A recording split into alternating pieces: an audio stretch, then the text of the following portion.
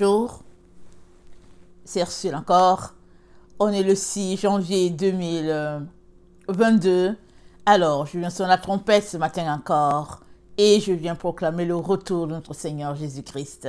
Soyez bénis et que sa grâce demeure sur chacun d'entre nous. Amen.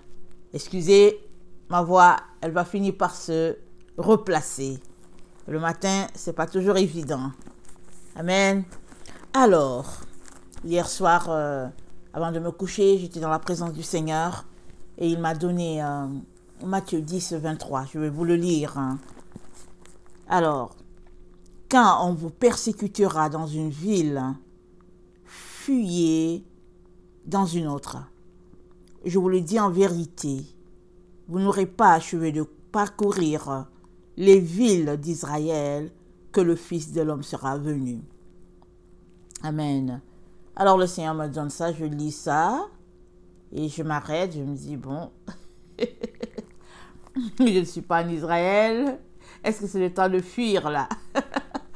Alors l'Esprit m'a dit que on arrive dans ce temps de persécution, amen, d'épreuves intenses envers les enfants de Dieu.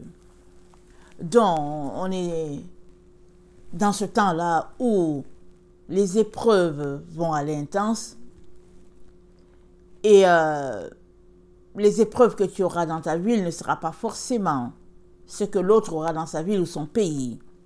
Mais toujours est-il que les enfants de Dieu passeront par des moments assez difficiles. Pourquoi? Parce que on est dans les temps vraiment où le Seigneur a assemblé ses enfants, amen, ou bien est en train vraiment de les pousser pour qu'ils entrent complètement dans son enceinte, amen, dans cette bergerie-là, parce que bientôt la porte sera fermée. Donc, quand les temps sont proches pour l'enfant d'être accouché, les contractions sont intenses. Alors, le Seigneur nous informe qu'il ne faut pas qu'on pense à un temps paisible, n'est-ce pas? Où on est en paix et puis bon, qu'on va collaborer avec le système en place. Non, tu dois comprendre, toi qui as décidé de suivre Jésus, tu dois comprendre que les douleurs de l'enfantement vont aller crescendo et que si ça devait même prendre, au fait, ta vie sur cette terre, ça prendra ta vie. Tout ce que tu dois faire, tu dois savoir que tu dois te préparer. Et voilà. Et le Seigneur est avec tous ceux-là qui l'invoquent d'un cœur sincère. Le Seigneur a dit quoi? Il dit, je te garderai à l'heure de la tentation qui va venir sur la terre. Pourquoi? Parce que tu as gardé la parole de la persévérance. Alors, ce que toi et moi devons faire à tous les jours, c'est de garder la parole de la persévérance. C'est de ne pas nous associer avec les paroles de quelqu'un d'autre. C'est vraiment de ne pas s'associer. Et c'est de se tenir dans son désert pour chercher son Dieu. On n'est pas dans le temps où il faut s'attrouper. On n'est pas dans le temps où il faut se retrouver pour s'encourager ensemble. Non, non, non. Tu t'encourages avec ton Seigneur. C'est lui qui t'encourage. Ce n'est pas l'autre que tu as besoin. Tu te sens insécure, va dans la présence de Dieu. Crie à Dieu. Implore. Il t'aidera. Même il enverra des anges pour te secourir. Mais ce n'est pas les autres qui peuvent te protéger. Amen. Alors que le Seigneur m'a donné ce passage donc de Matthieu 10, le verset 23. Amen. Je viens ce matin t'encourager à t'assurer que ces trois choses-là ne seront pas trouvées en toi quand la dernière minute sonnera. Alors,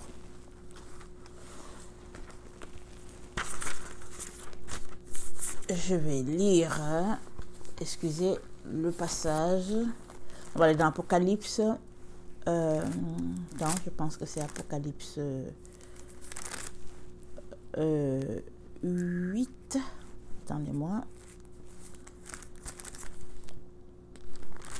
Apocalypse 8 dit, le verset 13, c'est l'apôtre Jean qui parle.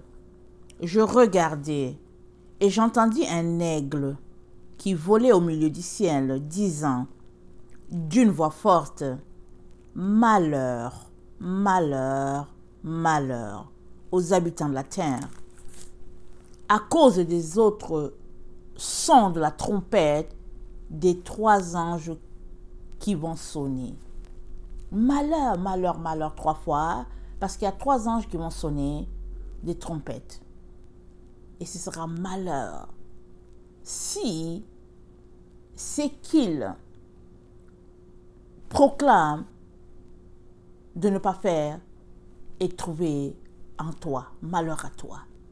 Alors je viens parler de ces 3 choses-là, j'en ai déjà parlé, mais il est très important qu'on puisse s'examiner et s'assurer que ces choses-là ne sont pas en nous. Et je la porte autrement, d'une autre façon.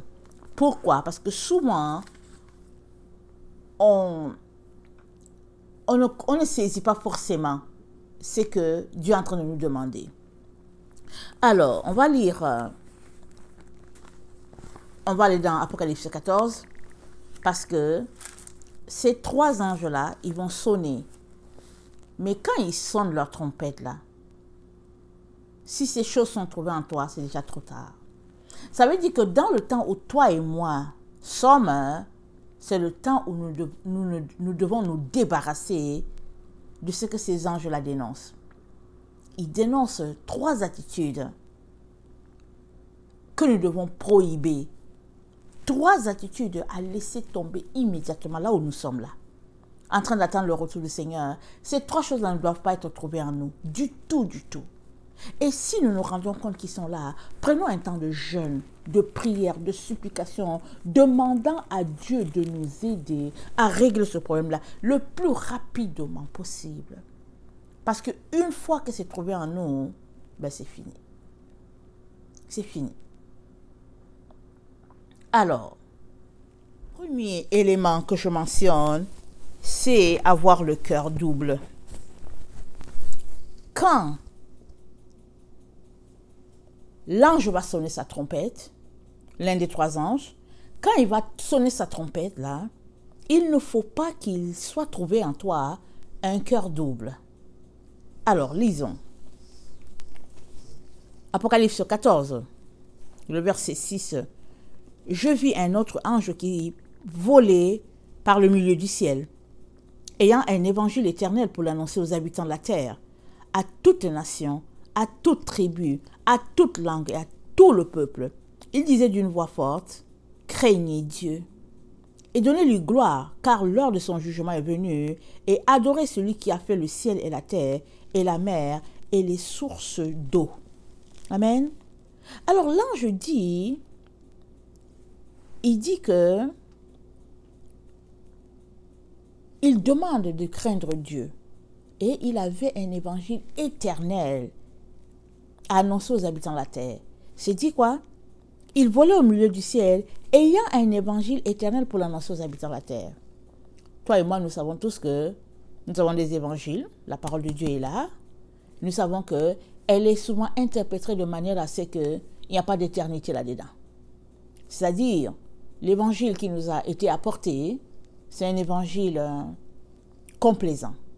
C'est un évangile où voilà, on peut vivre selon Babylone, on peut faire ce qu'on veut, et en tout cas, un évangile où on est à l'aise, au fait.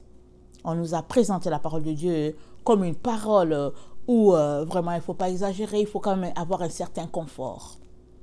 Alors, l'ange là qui annonce, il annonce un évangile éternel. Il annonce la parole de Dieu non diluée. Elle n'est pas diluée, et puis elle est telle que le Seigneur s'attend à ce que ça doit être transmis. Et il y a un élément, il demande de craindre Dieu. Et moi, je parle de cœur double. Celui qui a le cœur double ne craint pas Dieu. Pourquoi a-t-il le cœur double? Parce qu'il a un pied avec Satan, il a un pied avec Dieu. Pourquoi a-t-il le cœur double? Parce qu'il est hypocrite. Parce qu'il aime un peu le monde et puis il aime un peu Jésus. Pourquoi a-t-il le cœur double? Parce qu'il tergiverse. Il a la crainte des hommes et il a la crainte de Dieu. Tu ne peux pas avoir la crainte de Dieu et la crainte des hommes. Tu as soit la crainte des hommes, soit tu as la crainte de Dieu. Alors, il a le cœur double. Pourquoi? Parce que il est injuste. Il voit bien la vérité, mais il refuse la vérité. Il la refuse. Pour une raison X, pour une raison Y, il la refuse. Et il se retrouve dans cette situation de dualité où il essaie de contenter un peu sa chair, et puis contenter un peu son esprit, et puis il essaie de contenter l'environnement, il essaie de s'adapter, de trouver un équilibre par rapport à ses amis, son environnement et tout ce qui se passe autour de lui. Une telle personne avec le cœur double ne craint pas Dieu. Ne craint pas Dieu. Seul celui-là qui craint Dieu, amen, peut prendre position pour Dieu. C'est tout. Si tu n'es pas capable de prendre position pour Dieu, alors que la vérité t'est présentée, c'est parce que tu as la crainte des hommes. C'est parce que tu as le cœur double. Et l'ange là, qui sonne la trompette, qui a un évangile éternel, te le dit. Il dit, quand cet ange-là se manifestera, amen, dans sa charge, amen, son cahier de charge, il vérifie si tu as la crainte de Dieu ou pas. Alors, tu es appelé, moi avec, à sortir de toute situation de dualité. Lisons un peu Proverbe 1, le verset 7. D'abord, lisons ce que l'ange dit. Relisons cela. Il dit, craignez Dieu, premier élément. Donnez-lui gloire, car lors de son jugement est venu, adorez celui qui a fait le ciel et la terre, et la mer et les sources d'eau. J'en ai déjà longuement parlé, vraiment en détail. Mais ici, le Seigneur me donne de pouvoir apporter cette parole-là différemment. Parce que les gens ne savent pas c'est quoi la crainte de Dieu. Alors ils sont là dans leur situation de dualité. Ils sont mi-figue, mi-raisin. Ils sont dans une situation d'hypocrisie, un pied dedans, un pied dehors. Ils sont pris dans leur piège, leur propre piège, et ils sont là. Mais tu as besoin de sortir de là. La honte, ça ne tue pas. C'est-à-dire, quand tu vas te retrouver privé de Dieu, c'est là que tu vas te dire, oh non, mais pourquoi est-ce que je suis resté dans cette situation-là? La honte, ça ne tue pas. Il faudrait que tu sortes de là immédiatement. La situation de dualité. Alors, lisons Proverbe 1, le verset 7. Ça dit ceci. Proverbe 1.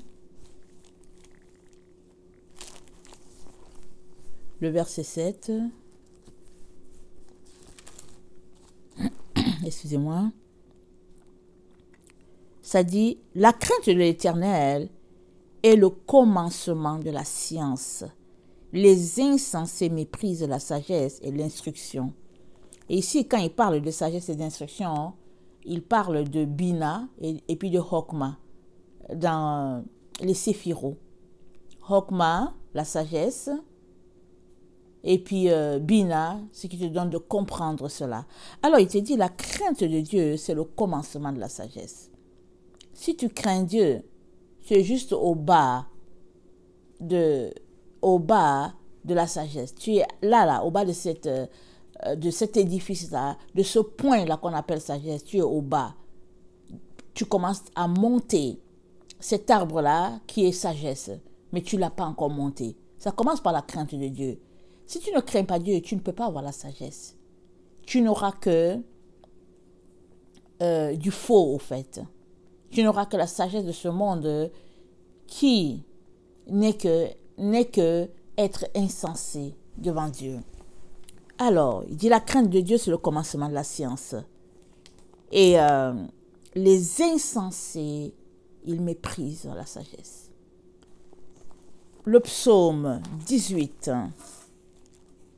Le psaume 18 nous dit ceci. le verset 21, ça dit, l'Éternel m'a traité selon ma droiture. Il m'a rendu selon la pureté de mes mains. Car j'ai observé les voies de l'Éternel et je n'ai point été coupable envers mon Dieu. Toutes ses ordonnances ont été devant moi et je ne me suis point écarté de ses lois. J'ai été sans reproche envers lui et je me suis tenu en garde contre mon iniquité. C'est fort ce que le prophète, ce que le roi David dit. Il dit ses mains sont pures. Il dit qu'il ne s'est pas écarté des lois de l'Éternel. Il dit qu'il a observé les voies de l'Éternel. Il dit qu'il n'a pas été coupable envers son Dieu. Vraiment, pour dire cela, ça veut dire que c'est quelqu'un qui pratiquait la loi de l'Éternel, qui venait se tenir devant Dieu pour se repentir, qui prenait le temps pour étudier les ordonnances de l'Éternel afin de les mettre en pratique dans sa propre vie. Et il dit qu'il s'est tenu devant Dieu et il n'a pas eu le cœur double devant Dieu. Il dit, aussi l'Éternel m'a rendu selon ma droiture, selon la pureté de mes mains devant ses yeux. Avec celui qui est bon, tu te montres bon. Avec l'homme droit, tu agis selon ta droiture. Avec celui qui est pur, tu te montres pur. Et avec le pervers, tu agis selon ta perversité. Tu sauves le peuple qui s'humilie et tu abaisses les regards hautains.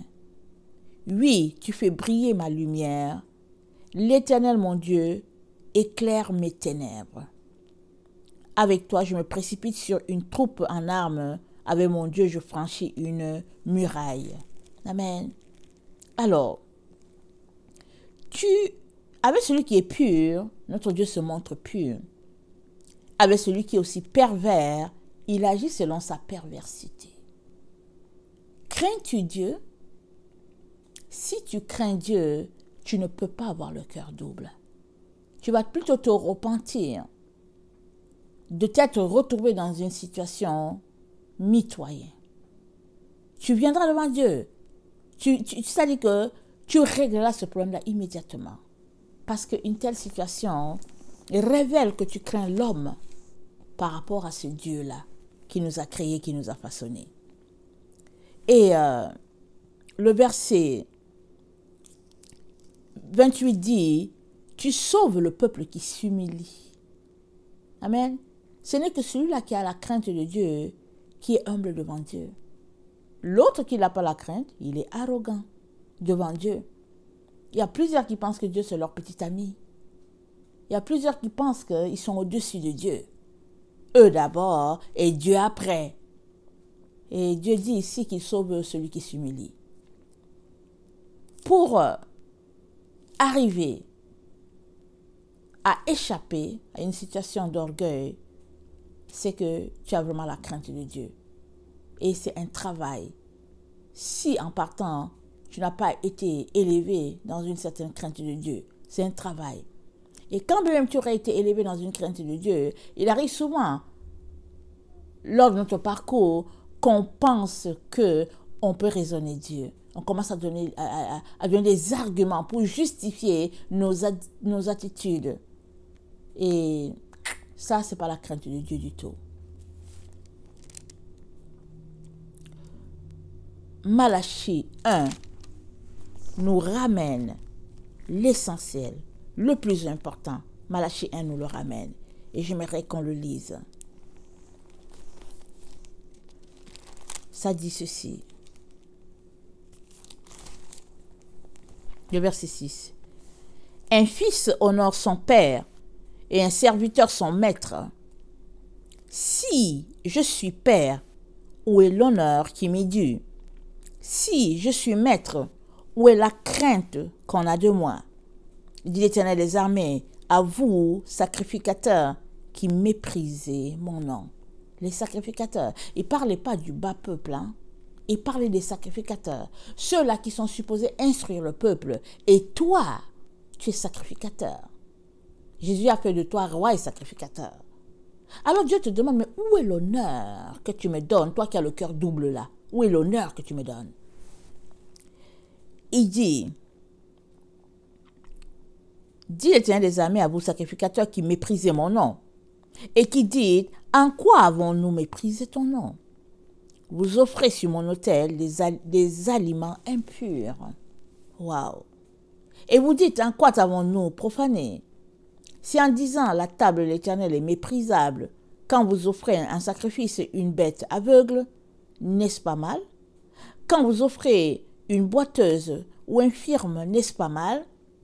Offre-la donc à ton gouverneur. Te recevra-t-il bien? Te fera-t-il bon accueil? Dit l'Éternel des armées. Priez Dieu maintenant pour qu'il ait pitié de nous. C'est de vous que cela vient. Vous recevra-t-il favorablement? Dit l'Éternel des armées. Lequel de vous fermera les portes pour que vous n'allumiez pas en vain le feu sur mon autel? Lequel? Il parle à ces sacrificateurs-là. Il dit, mais c'est lequel d'entre vous qui va décider de fermer les portes là? Parce que vous êtes là, vous présentez des choses vraiment inutiles devant Dieu. Il dit, mais entre vous là, qui est celui-là qui me craint au point où il va dire, non, ça suffit. S'il faut qu'on apporte des bêtes chétives à l'Éternel, s'il faut qu'on apporte des bêtes, comment on appelle ça là, aveugles à l'Éternel, c'est mieux que le sanctuaire soit fermé. Qui? Parce que le sacrificateur qui va décider à faire ça, Dieu va le considérer comme une personne qui le craint. Mais ils sont tous entre eux en train de marcher dans, comment on appelle ça, la crainte des uns des autres, si bien que ils font les mêmes choses. L'un apporte une bête chétive, l'autre apporte une aveugle, l'autre apporte des aliments impurs. Ça dit, ils sont là, en train de se laver dans cette eau sale-là, et voilà. Et aucune crainte de Dieu. Et Dieu dit, je ne prends aucun plaisir en vous, dit l'Éternel des armées, et les offrandes de vos mains ne me sont pas agréables. Car, depuis le lever du soleil jusqu'à son couchant, mon nom est grand parmi les nations, et en tout lieu on brûle de l'encens en l'honneur de mon nom. Et l'on présente des offrandes pures, car grand est mon nom parmi les nations, dit l'Éternel des armées. Mais vous le profanez, en disant la table de l'Éternel est souillée, et ce qu'elle rapporte est un aliment méprisable. Alors, l'Éternel nous informe que son nom est invoqué sur toute la terre. Tout le monde craint le nom de l'Éternel, et c'est vrai. Les gens font des sacrifices partout sur la terre pour l'Éternel qu'ils ne connaissent pas. Et tellement, que ce soit le caillou qui est là, que ce soit, je ne sais pas, ce qui est leur Dieu, je ne sais pas c'est quoi, que ce soit un arbre et tout, quand ils viennent le présenter, ils n'ont pas connaissance de Dieu. Ils font leur offrande devant ce Dieu-là, mais ils se disent, voilà, c'est celui-là qui est mon Dieu. Mais au fait, pendant qu'ils le font envers un Dieu inconnu, mais ils le font bien. Parce qu'ils viennent là, ils se disent, oh Dieu, ils sont là devant un arbre, devant un caillou, oh Dieu, oh Dieu. Ils ne savent pas qui ils invoquent, mais ils invoquent le grand Dieu. Quand eux, ils pensent que c'est un caillou. Et Dieu dit, regardez ces gens-là qui ne me connaissent pas. Mon nom est invoqué sur la terre. Grand. Mais chez mes sacrificateurs, chez mes enfants, mon nom est profané. Et il dit d'arrêter.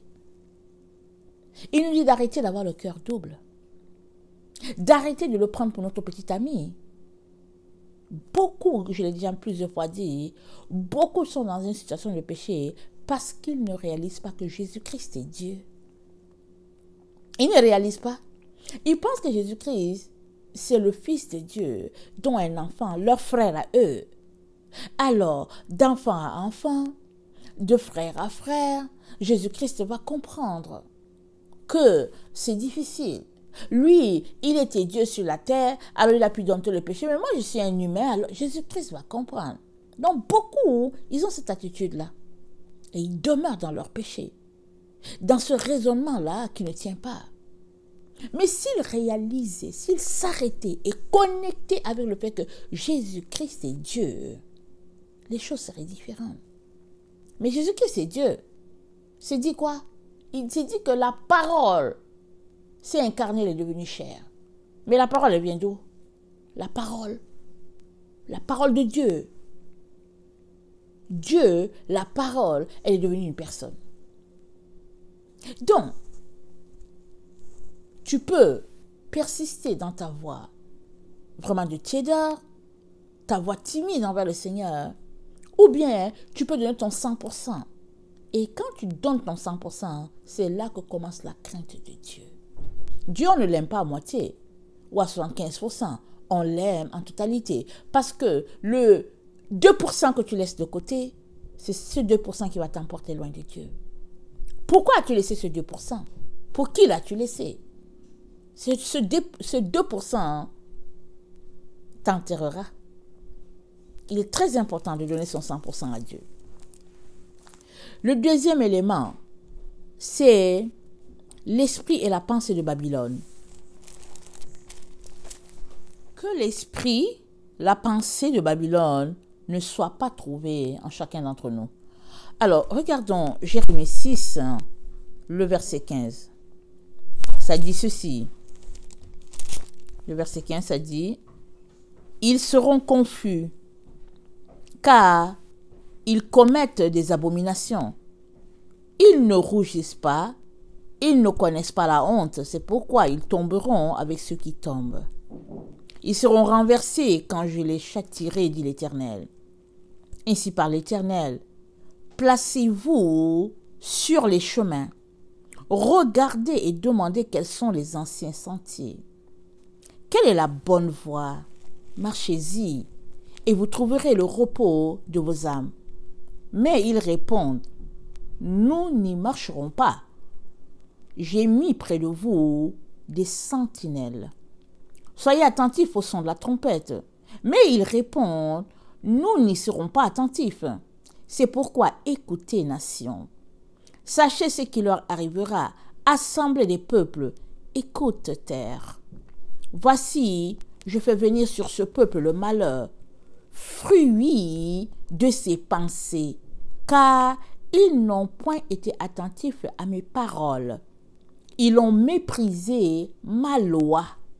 Je fais venir sur ce peuple le malheur, fruit de ses pensées, car ils ont méprisé ma loi. Qu'ai-je besoin de l'encens qui vient de Séba, du roseau aromatique d'un pays lointain? Vos holocaustes ne me plaisent point et vos sacrifices ne me sont point agréables. C'est pourquoi ainsi parle l'Éternel, voici, je mettrai devant ce peuple des pierres d'achoppement, contre lesquelles se heurteront ensemble père et fils, voisins et amis, et ils périront. Et ils périront. Pourquoi? Ils ont méprisé ma parole. Ils n'ont pas été attentifs à mes paroles. Ils ont méprisé ma loi. Je fais venir sur ce peuple le malheur, fruit de ses pensées. Quelles sont tes pensées, toi là qui es en train de m'écouter? Si Babylone est trouvé en toi, alors le malheur de Babylone viendra sur toi. Dieu dit que Babylone va périr. Il n'y a pas moyen que Babylone vive parce que Babylone, la pensée de Babylone est opposée à la pensée d'Israël. La pensée d'Israël, évidemment, elle vient du ciel. Elle vient de Dieu. C'est Dieu qui a inculqué à Israël la pensée, la manière de faire. Et c'est vrai que les hommes ont abusé et tout, mais tout est là, Dieu l'a déjà donné. Et si tu es quelqu'un qui craint l'Éternel, il te communiquera sa pensée clairement et tu passeras dans le sentier de la droiture, parce que la pensée de l'Éternel, c'est le sentier de la droiture. On l'a vu là, dans la première vidéo, où nous avons été mis en garde contre le cœur double. La pensée du Seigneur, c'est la droiture de cœur. Et ici, ce qui se passe, le malheur que chaque personne recevra sera le résultat de ses pensées. Et partout où l'esprit de Babylone sera trouvé, cette personne écopera. Partout, que ce soit dans l'église, que ce soit dans nos cœurs, peu importe l'endroit où l'esprit de Babylone sera trouvé, cette personne sera jugée et traitée comme Babylone. C'est ça que la parole de Dieu dit. Alors, ça c'est la deuxième partie, on le lit. Apocalypse 14, c'est là qu'on nous sommes. La deuxième partie, ça dit, un second ange suivit en disant, elle est tombée, Babylone, la grande, qui a abreuvé toutes les nations du vin de sa fureur, de son impudicité. Babylone est impudique devant Dieu. Ses valeurs, ses pensées, ses mœurs, sa façon de faire, tout en Babylone est ennemi de Dieu. Parce que Babylone, c'est les voies de Satan. C'est les voies de Lucifer. Et Dieu met en garde ses enfants. Il nous dit qu'on n'ait rien à faire avec Babylone, parce que Babylone périra. Apocalypse 18 nous le dit clairement, on connaît bien ce passage. Mais souvent, on ne se sent pas concerné parce qu'on se dit, mais est-ce que j'habite Babylone? Ou souvent, on pense que Babylone, c'est là-bas l'Irak, mais Babylone, c'est ici, là, aux États-Unis. Parce que vous savez que les États-Unis, c'est le pays qui gère le monde entier. Qu'on le veuille ou pas, qu'ils soient endettés ou pas, que les autres pays soient plus riches que les États-Unis ou pas, mais les États-Unis avaient déjà donné la direction depuis longtemps au monde. Pendant longtemps, les États-Unis ont été le pays qui ont géré le monde, peu importe, d'une manière ou d'une autre. Il faut que les États-Unis soient là et qu'ils soient au courant de la chose. Quand Washington parle, alors ça tousse un peu de partout. Et nous sommes dans le 4e royaume prophétisé par Daniel. Daniel a dit, la quatrième bête, elle était terrible, elle était énorme, elle était différente de toutes les autres. Vraiment, en tout cas, elle avait fait des choses abominables. Et la 4e bête, c'est un royaume. Et le royaume, c'est les États-Unis. Et de cet royaume-là sortira une petite corne. Et cette petite corne-là, finalement, elle se retrouve à être le 8e roi, etc., etc. Et on sait donc qui dit pays, dit un leader qui le gère. Et nous sommes dans ce temps-là où nous allons voir l'écroulement de Babylone. Mais qui s'arrête? Il y a pour les gens, c'est lointain. Ils se disent, mais c'est où?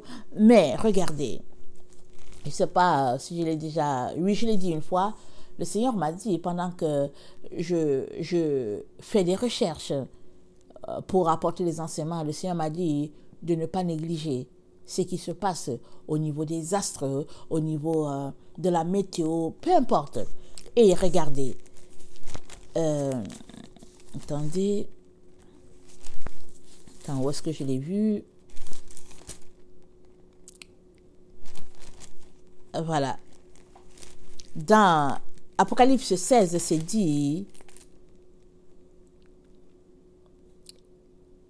le verset 18, et il eut des éclairs, des voix, des tonnerres et un grand tremblement de terre, tel qu'il n'y avait jamais eu depuis que l'homme est sur la terre, un aussi grand tremblement. Et la grande ville fut divisée en 3 parties, et les villes des nations tombèrent, et Dieu se souvint de Babylone la grande pour lui donner la coupe de vin de son ardente colère. Et toutes les villes s'enfuirent, et les montagnes ne furent plus trouvées. Je vais m'arrêter là. Alors, le verset 19. Et la grande ville fut divisée en 3 parties, et les villes des nations tombèrent, et Dieu se souvint de Babylone la grande pour lui donner la coupe du vin de son ardente colère.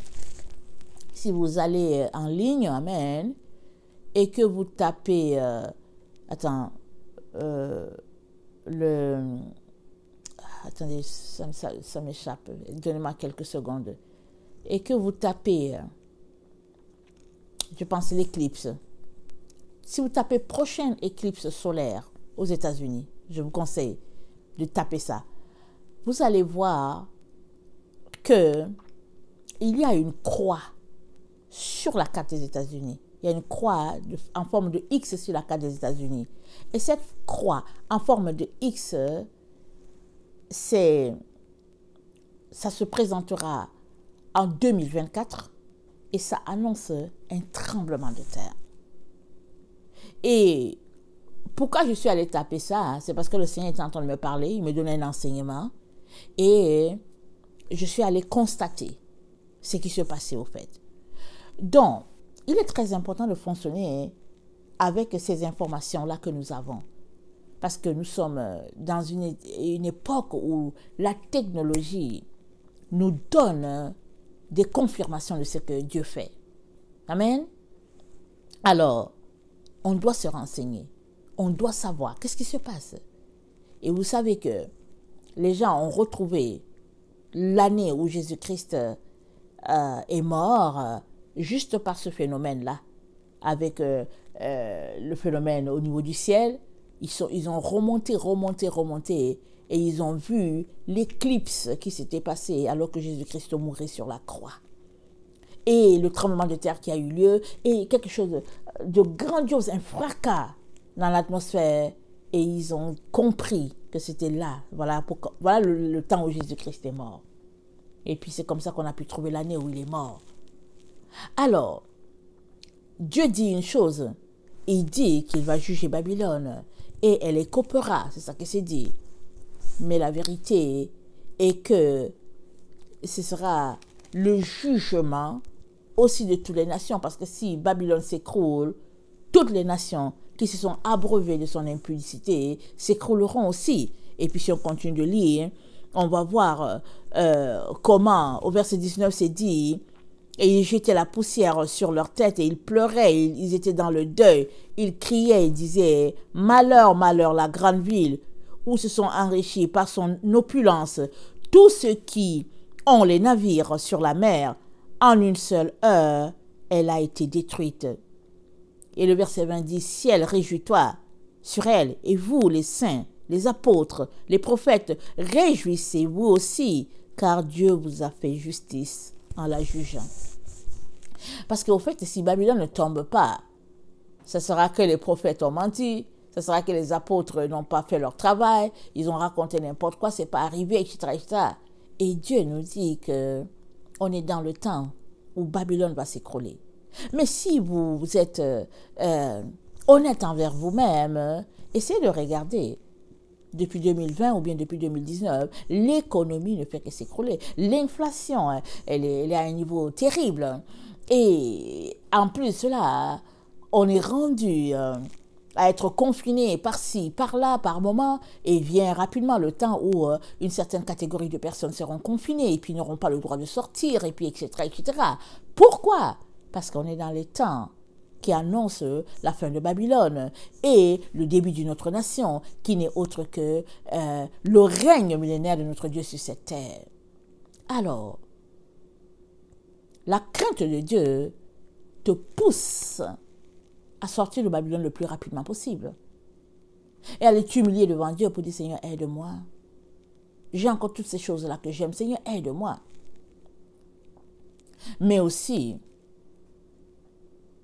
l'amour de Babylone te donne de demeurer là en te disant que bon, peut-être que ça va changer.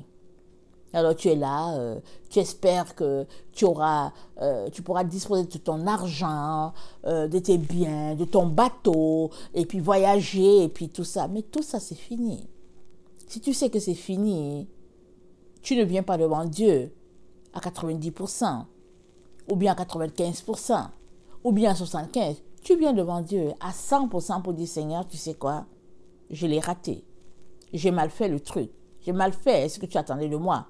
Aide-moi, alors que nous sommes à la fin. Aide-moi à me rattraper, à me racheter pour pouvoir me sauver. Aide-moi. Mais si tu es dans une attitude de taideur, en train de te dire, il va comprendre, et puis ben voilà, tu seras surpris parce que tous ceux en qui Babylone sera trouvée seront jugés. Je ne veux pas que cela puisse t'arriver. Alors je viens, de la part du Seigneur, nous encourager à sortir de Babylone. Et le psaume 17 nous dit, Éternel, écoute la droiture.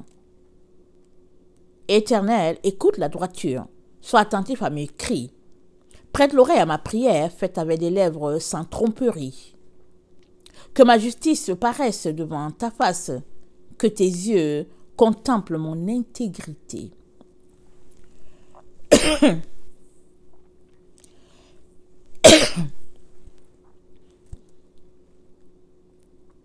Si tu sondes mon cœur, si tu le visites la nuit,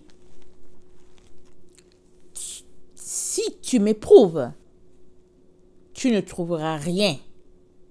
Ma pensée n'est pas autre que ce qui sort de ma bouche. Waouh! Si tu le visites la nuit, vous savez que la nuit, on dort. Et Dieu nous visite souvent la nuit.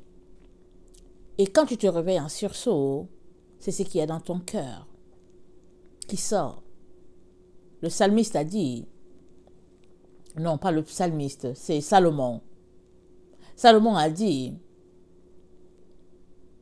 j'étais couché et endormi, mais mon cœur veillait. Alors, le cœur de l'enfant de Dieu veille toujours. Si tu passes ta journée avec le Seigneur, il n'y a pas de raison que, en pleine nuit, tu puisses t'écarter de lui. Il n'y a pas moyen. Un jour, j'ai vécu quelque chose de terrible. C'était la nuit. Et puis bon, j'ai quand même des habitudes que je fais à tous les jours. S'il y a quelqu'un qui me visite, peu importe, pour me séparer des esprits, des personnes qui viennent dans la maison. Vous savez, souvent il y a des gens, des livreurs, peu importe. Mais ce jour-là, j'étais très très fatiguée, vraiment épuisée complètement. Je suis allée me coucher. Et puis aussi, je pense que je ne me sentais pas aussi bien. Je suis allée me coucher. Mais dans la nuit, j'ai eu connaissance de la présence d'un esprit impur dans la maison. Et j'étais incapable de bouger. Incapable. Je voyais l'esprit, mais j'étais incapable. C'est une situation de lourdeur, vous savez. Je ne sais pas comment le décrire. Et qu'est-ce que j'ai commencé à faire? J'ai commencé à crier Jésus dans mon cœur. Parce que je criais, ça ne sortait pas. Je disais, Jésus, Jésus, aide-moi. Jésus, aide-moi. Par la grâce de Dieu, c'est pas combien de secondes ça a duré. Par la grâce de Dieu, j'ai pu me dégager de cette force-là qui voulait me paralyser. Et une fois que je me suis levée, tout de suite j'ai su. C'est-à-dire que tu te lèves, tu dis merci Seigneur, et en même temps tu prends autorité. En même temps j'ai su que, écoutez, j'ai su ce qui s'était passé dans la journée, comment je n'avais pas nettoyé, je n'avais pas dégagé, et j'ai su exactement pourquoi c'était là. Et ça, c'est la grâce de Dieu. La nuit, on est souvent visité par les mauvais esprits, par toutes sortes de situations. Mais c'est notre relation avec le Seigneur qui fait que les ténèbres qui sont là, qui sont intenses, s'enfuient. Amen.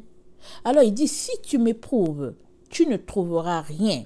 Ma pensée n'est pas autre que ce qui sort de ma bouche. On rejoint le point 1 que j'ai dit, de sortir du cœur double, de sortir de la double pensée, de sortir de l'hypocrisie. C'est quelque chose de terrible, l'hypocrisie. C'est un jugement terrible, l'hypocrisie. Vous savez, Nicodème marchait dans l'hypocrisie avec les autres pharisiens. Les pharisiens, c'était la branche de ces Hébreux-là, de ces Israélites qui avaient choisi d'aller dans le sens de Rome. Il y avait notre groupe, les Zélotes, qui avaient choisi de dire, ils ont dit non, nous on veut notre pays. Ils voulaient la bagarre. Ils ont dit on veut notre pays, les Zélotes. Il y a notre groupe qu'on n'entendait pas parler, ce sont les gens qui sont limités à prier Dieu, à chercher Dieu tranquille dans leur coin pour dire Seigneur Dieu d'Israël, viens nous sauver. Mais les pharisiens et les sadduciens, ils ont décidé d'aller dans le sens du gouvernement. Ils se sont consultés pour pouvoir collaborer avec le régime d'Hérode et tout ça. Mais quand ça chauffait là, quand les gens voyaient Jésus-Christ faire ses miracles. Quand ils voyaient ce qui sortait de lui, ils parlaient avec autorité parce que les autres parlaient dans le compromis, c'était des hypocrites. Alors, Nicodème a réfléchi à son sort. Il était avec les autres, c'est un sacrificateur. Mais de nuit, il est venu voir Jésus pour lui dire, Rabouni, Rabbi, personne ne peut faire ce que tu fais là s'il n'est pas de Dieu. Ah, il est sorti, hein. Il n'est pas resté avec la mêlée. Non, non, non, non, non, non, non. Il a pensé à son sort, le sort de sa famille, il a dit non, Joe, moi, non. La nuit, il est venu. Il a fait ses choses, tranquille. Jésus l'a enseigné. Et les autres n'ont pas su tout ce qui se passait. Ils l'ont su le jour où Nicodème s'est présenté officiellement avec Simon pour prendre le corps de Jésus pour aller l'enterrer. Là, ils ont su que, oh, lui là, il n'est pas des nôtres. Et les écrits disent que il a été interné. Nicodème et puis Simon de Cyrène, en tout cas celui-là qui a enlevé le corps, le riche là qui a donné son tombeau pour Jésus, c'était des sacrificateurs. Les autres les ont internés, ils les ont empêchés de sortir de leur maison, ils devaient rester à leur maison jusqu'à leur mort. Ils n'avaient pas le droit de sortir parce qu'ils ont osé collaborer avec Jésus. Alléluia! Ils avaient Jésus dans leur cœur. Alors, qu'ils sortent ou pas, ça change quoi? J'imagine qu'ils pouvaient envoyer des gens leur acheter à manger et tout, et puis ben voilà, ils étaient chez eux. Mais si tu es chez toi et que tu as ta Bible, et que tu es en relation avec celui qui peut te sauver, ah, merveilleux! Il n'y a plus quelqu'un qui va venir te déranger. Mais il a fallu qu'il pose ces actions-là par lui-même. Il s'est écarté d'eux, il s'est tiré d'eux, il est allé chercher la vérité. On est dans le temps où tu dois avoir la vérité. La vérité, tu ne peux pas l'avoir en groupe, c'est pas possible. Parce qu'il y aura toujours quelqu'un là qui va te dire, oh non, mais tu sais, il y a toujours quelqu'un qui va dire, ben tu sais, et puis tout ça. La montagne de Dieu, on ne la monte pas en groupe. Hein. Quand bien c'est la famille qui est en train de monter, quand bien ce sont les amis qui sont en train de monter, la montagne, ça se monte tout seul. Tu peux regarder en arrière pour voir si ton fils est en train d'arriver, si ta femme est en train d'arriver. Tiens, tu peux regarder pour dire, allez, allez, monte. Mais tu ne redescends pas pour aller prendre l'autre. Tu es déjà à un niveau. Et tu continues de monter. Tu continues de monter jusqu'à ce que tu arrives au sommet. Alors si tu es de ceux-là qui aiment monter la montagne en groupe, tu la prendras à tes dépens d'ailleurs. Tu la prendras et ce sera trop tard. Il est très très important que tu sortes de toi l'esprit de Babylone. Alors très important. Partout où l'esprit de Babylone sera trouvé, Babylone sera jugé dans cette personne-là. Et tu périras avec Babylone si l'esprit de Babylone est trouvé en toi. Troisième élément que le troisième ange va proclamer, c'est ceux-là qui adorent la bête. Il dit à ceux-là qui adorent la bête, voilà ce qui va vous arriver. Alors, on lit, Apocalypse 14. La bête, c'est tout un système. Hein? C'est tout un système. Et quand Paul parle de bête, il parle de l'animal. Paul parle de l'homme animal et l'homme spirituel. Il dit que l'homme animal ne peut pas recevoir les choses de Dieu. Vous savez, une bête, c'est une bête.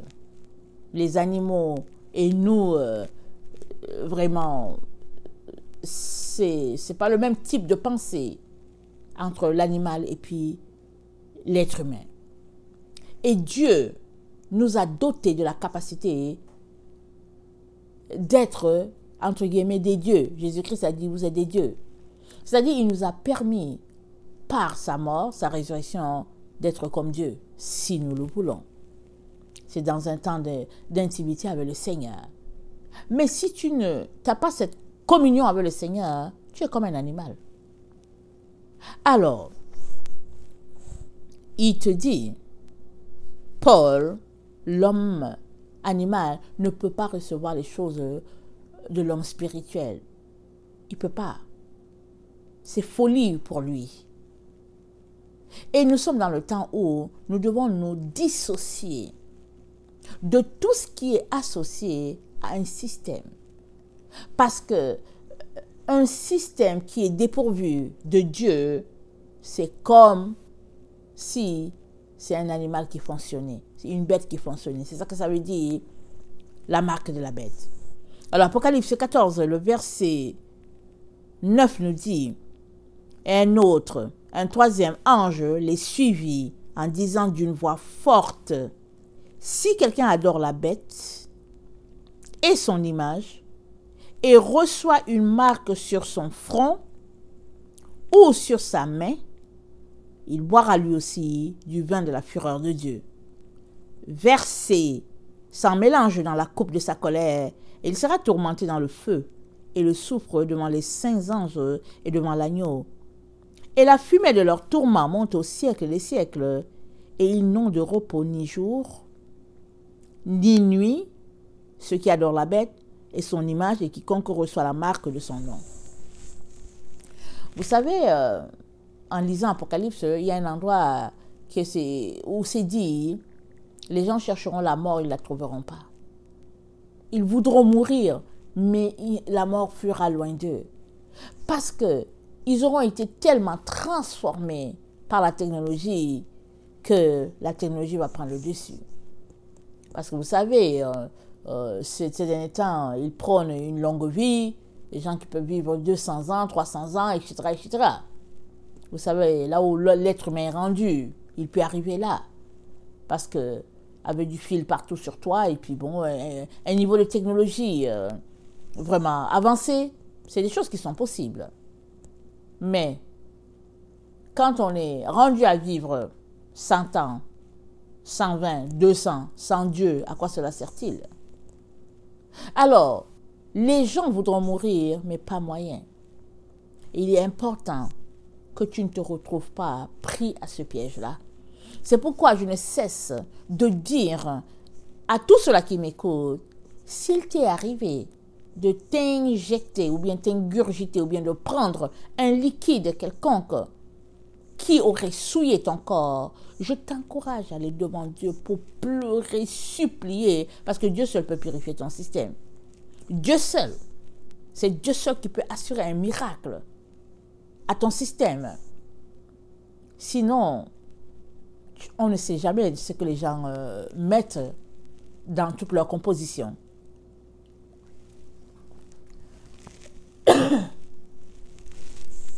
On ne sait pas. Mais Dieu est puissant pour nous guérir, nous restaurer. Il y avait suivi le témoignage d'un gars qui avait été pris au piège. C'était un musulman, il avait donné sa vie à Jésus, il avait été pris au piège. Et la famille l'a appelé. Il avait déjà fui à cause de Jésus, mais finalement, ils l'ont appelé comme si c'était la réconciliation. Et on lui a tendu un piège. Et on lui a dit de boire un liquide avec de l'acide. Ils ont mis l'acide dedans pour qu'il boive. Alors il a prié avant de boire. Il a dit, Seigneur Jésus, tu es ma seule protection. En tout cas, là où je suis, voilà. C'est soit il buvait, soit on le tuait en même temps là sur le champ. Alors il a bu et il a laissé coucher. Alors la famille a attendu, ils ont attendu, et puis ils ont attendu. Et ils ont attendu, et puis ils ont attendu. Mais le gars était toujours vivant. Ils étaient là, ils se regardaient, ils ne comprenaient rien. Ils se demandaient, mais est-ce que tu as mis l'acide dedans? Quelle est la dose que tu as mis? Comment tu as dilué? Tout ça, ils étaient confondus, ils ne comprenaient rien. Il a bu l'acide et puis ben voilà.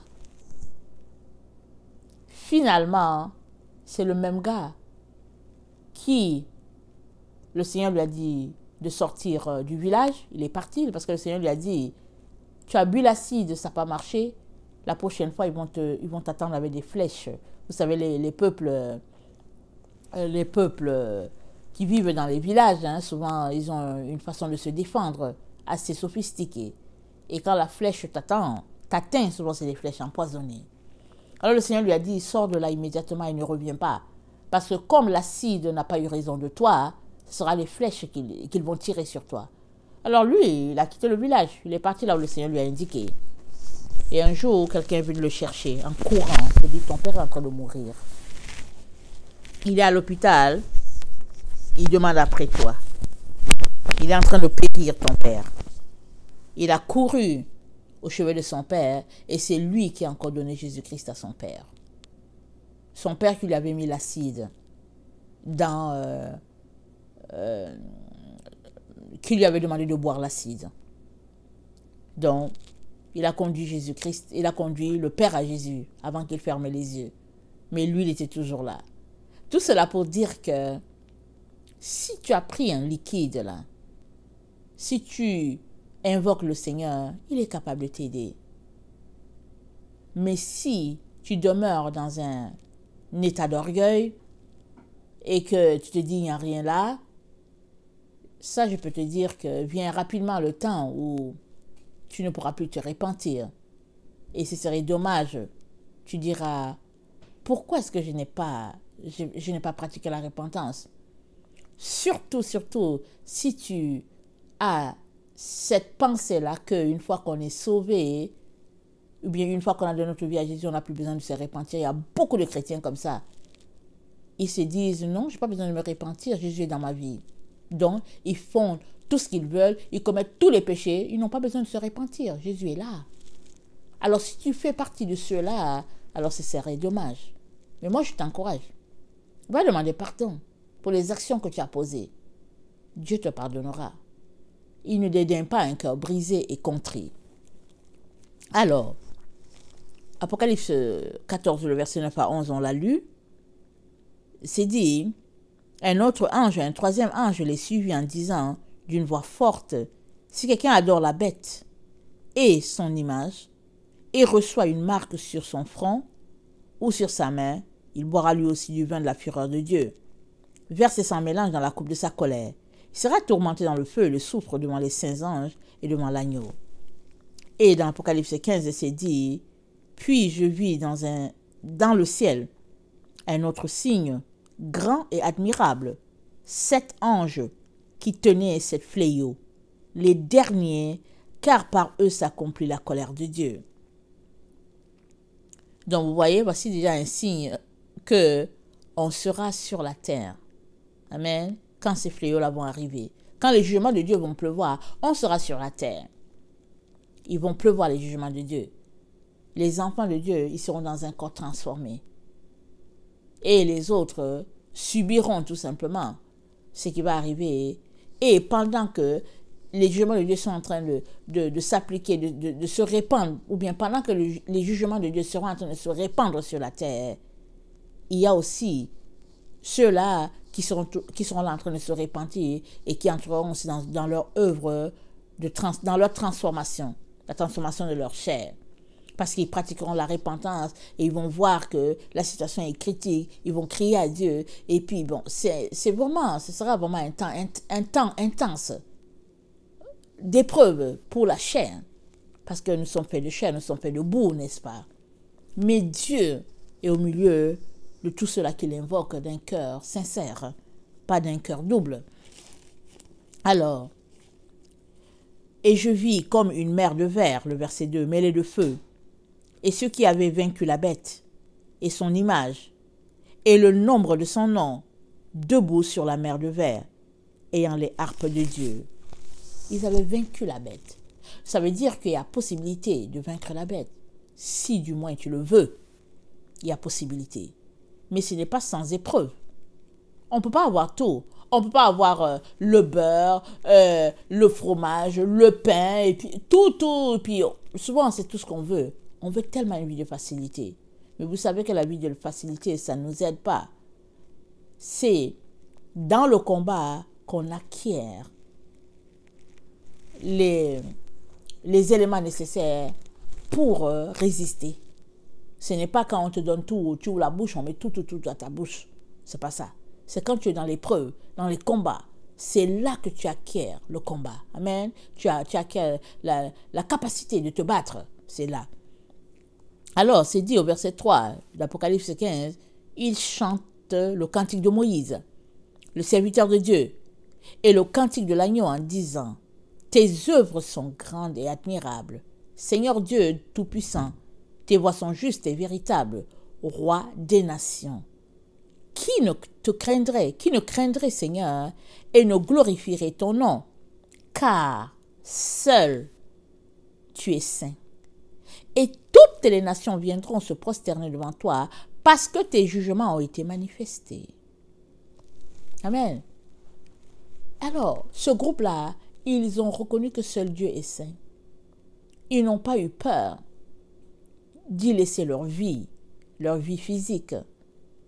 Ils n'ont pas eu peur de subir tout ce qu'ils ont subi. Les gens vont subir des choses terribles.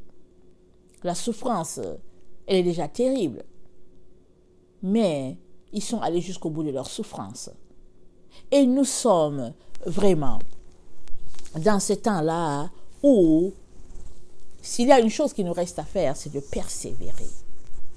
C'est de nous repentir, c'est de jeûner, c'est de prier, c'est de pleurer, c'est de se dépouiller, c'est de prendre sa Bible et de voir qu'est-ce que Dieu aime et qu'est-ce que Dieu n'aime pas, et de jeter tout ce que Dieu n'aime pas. Au lieu de demeurer dans le leurre en se disant, après tout, c'est un Dieu bon, c'est un Père, il n'est pas vraiment porté vers le dépouillement extérieur, les autres exagèrent. Non, n'entre pas dans ça. Prends ta Bible, va lire. La Bible te dira ce que tu dois laisser ou pas. Il y a même des parties, quand tu finis de lire, tu dis, oh non Seigneur, non, je n'aurais pas dû lire. Parce que maintenant que j'ai lu, je sais ce que tu attends de moi. Va lire. Ce ne sera plus ton voisin qui t'aura dit de laisser tel comportement. Ce ne sera plus quelqu'un sur YouTube qui t'aura dit de laisser cela. Ce sera l'Esprit de Dieu qui t'aura parlé. Parce que les loups sont partout. Ils sont souvent nos amis. Ils sont partout. On est dans les temps où Jésus-Christ nous a dit, prenez garde que personne ne vous séduise. Où Paul nous a dit, faites attention que personne ne s'abuse. On est dans ces temps-là. Le seul problème, c'est que peut-être que tu crois que le temps est lointain. Je vais te lire quelque chose avant de te laisser. C'est dans Daniel 7. Alors, c'est une partie qui m'a toujours intriguée et le Seigneur m'a expliqué. Alors, dans Daniel 7, et le verset, je vais lire à 23 pour qu'on comprenne, ok? Dans Daniel 7, le verset 23, il me parla ainsi. Le quatrième animal, c'est un quatrième royaume qui existera sur la terre, différent de tous les royaumes, et qui dévorera toute la terre, la foulera et la brisera. Les 10 cornes sont 10 rois qui s'élèveront de ce royaume. Un autre s'élèvera après eux. Il sera différent des premiers. Et il abaissera 3 rois, et il prononcera des paroles contre le Très-Haut. Il opprimera les saints du Très-Haut, et il espérera changer les temps et la loi. Et les saints seront livrés entre ses mains pendant un temps, des temps et la moitié d'un temps. Qu'est-ce que c'est dit? Il espérera changer les temps et la loi. Il y a beaucoup d'enfants de Dieu qui souhaitent dans leur cœur changer le temps. Tu leur dis que c'est le temps de la fin, hein? Ils espèrent que c'est encore dans 10 ans. Et quand ils parlent, ils te disent que oui, dans 25 ans, quand je veux faire ceci, et puis bon, dans 5 ans, quand je veux faire cela, et puis ils sont là. Ils ne veulent pas entendre le message que Jésus-Christ est en train d'assembler. Non, ils ne veulent pas. Ils ne veulent pas du tout. Ils espèrent dans leur cœur qu'ils vont changer les temps, ils vont changer la loi. Mais ce n'est pas toi qui peux changer le temps ou la loi. Quand Dieu a décidé que c'est ça, c'est ça.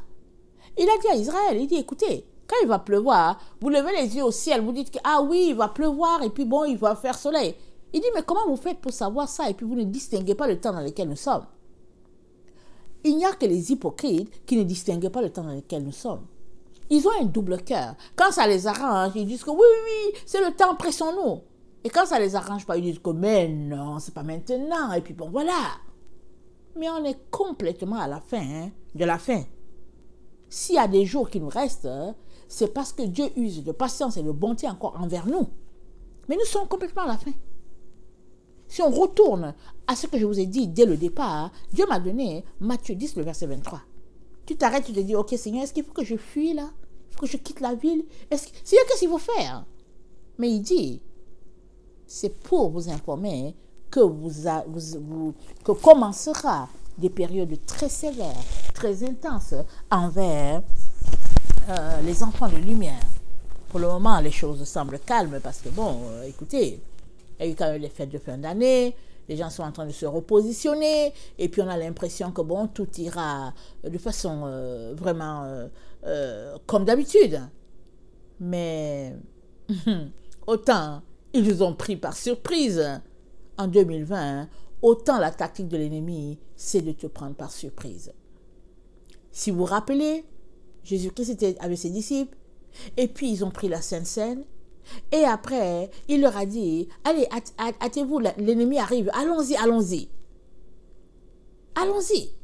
Jésus savait le temps dans lequel l'ennemi venait. Et quand ils sont venus, Jésus était déjà dans le jardin. Jésus savait qu'ils allaient venir dans le jardin. Jésus était déjà là. Et Jésus leur dit, mais qui cherchez-vous?